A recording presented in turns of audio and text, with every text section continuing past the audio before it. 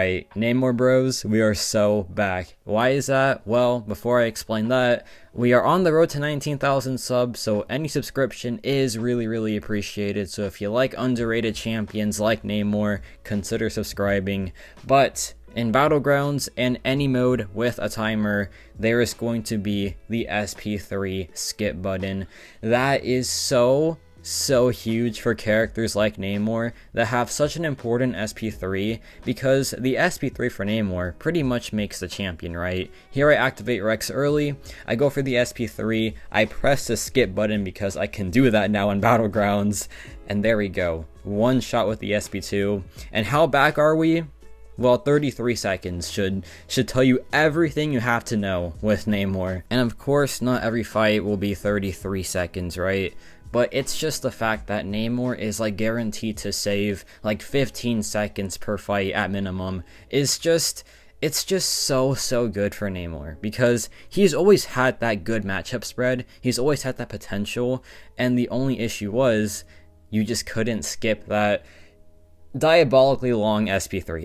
It's a very long SP3. It's a beautiful one, but man, it just takes a while to finish up, right? I'll just be completely honest.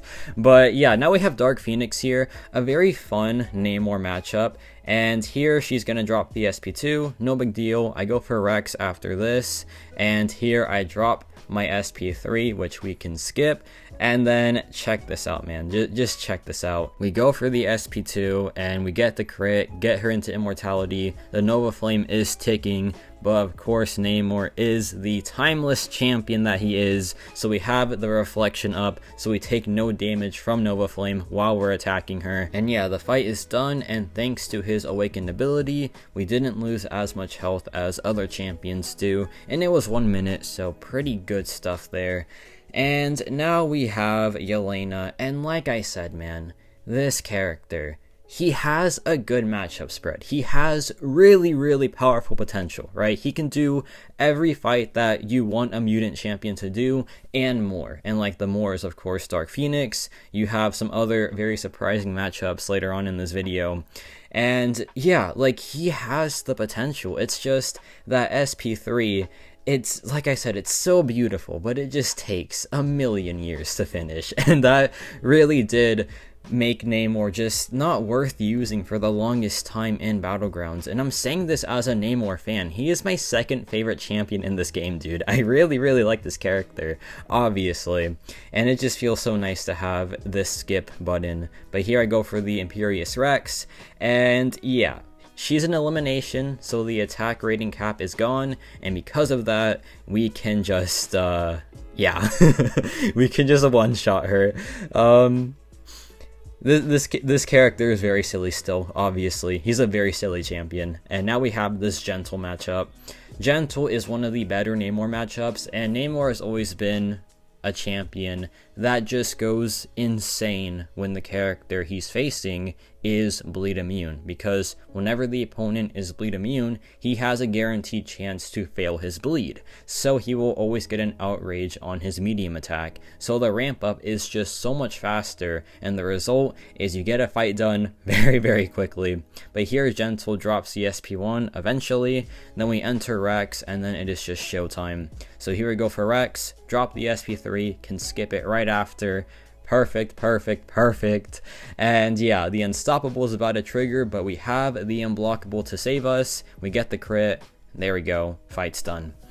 Very good stuff there as well. That was like 40 something seconds. And I also want to point out that I am running a very interesting mastery setup here, and I am going to keep this mastery setup, I think. And so I'm running 3 out of 3 Petrify, and it's a really good mastery because whenever you hit the opponent while they're stunned, they gain 30% less power. So champions like Bullseye, like Photon, that become a threat with their special attacks, it's really good for them. I don't utilize it here that much because of the rotation I went with for this matchup, but usually Petrify is very good against Photon. Very good against Bullseye. But yeah, I don't use it in this matchup all too much. But for the Namor bros, I am trying a different stat focus for Namor, I am going for the extra block proficiency, and I think that it is the right call, because hear me out, right? The Gambit Relic gives such good crit rating already, it's like 2400.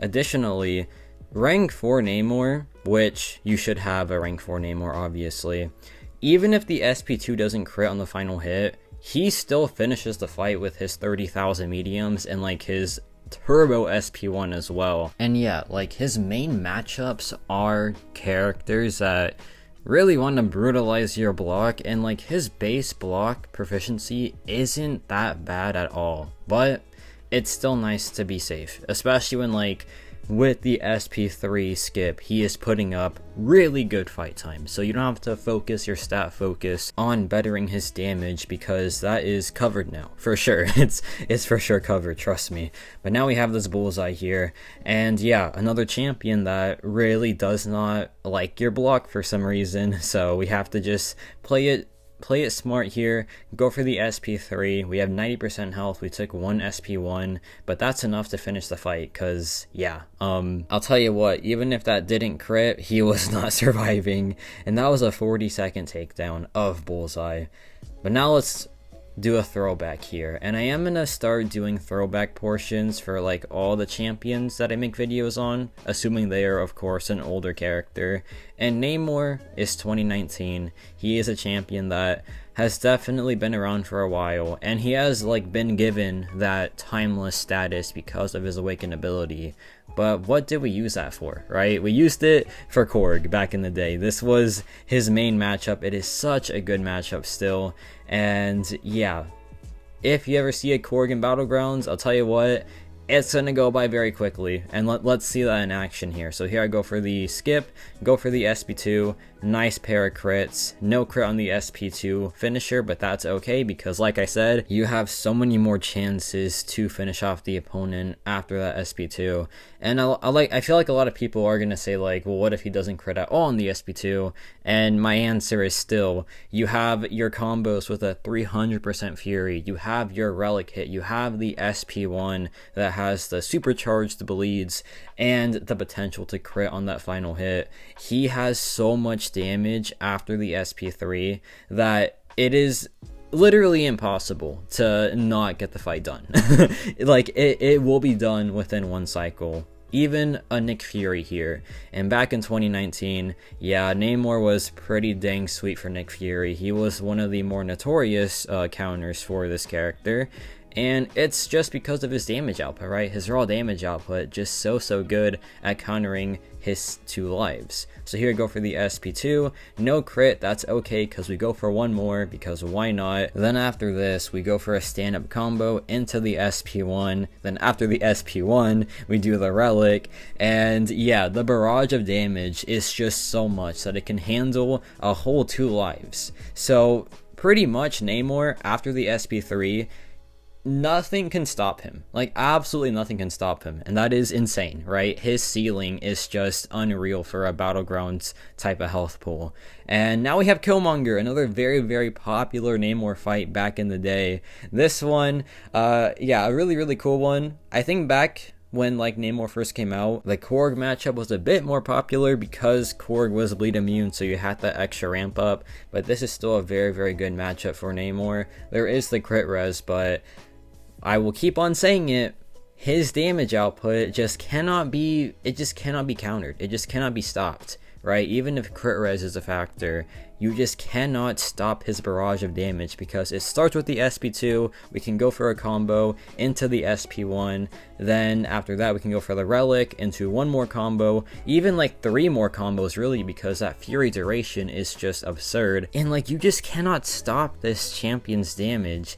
And that's what made the whole SP3 thing extra frustrating, because like the damage is there, the potential is most definitely there, the matchup spread is incredible, but that extra SP3, like just like having to wait out the SP3 just made things so frustrating, because it turned this champion's fight time from great to just like not enough to warrant a roster spot. But now things are so much different with this character, and it just feels really nice to say that Namor, I think he's making a pretty grand comeback. But yeah, here we go for the SP2. I put Absman in the throwback section just to do a little callback to one of my favorite Namor videos, which is him soloing that insanely tough Mcoc Absman. And yeah, it's really fun to revisit my second favorite champion, obviously. Whenever I can make a video on my favorites, I always go for the opportunity. Like, with my Omega Days champion showcases, the Mole Man one is going to be my favorite one, obviously, since he is my favorite champion in the game.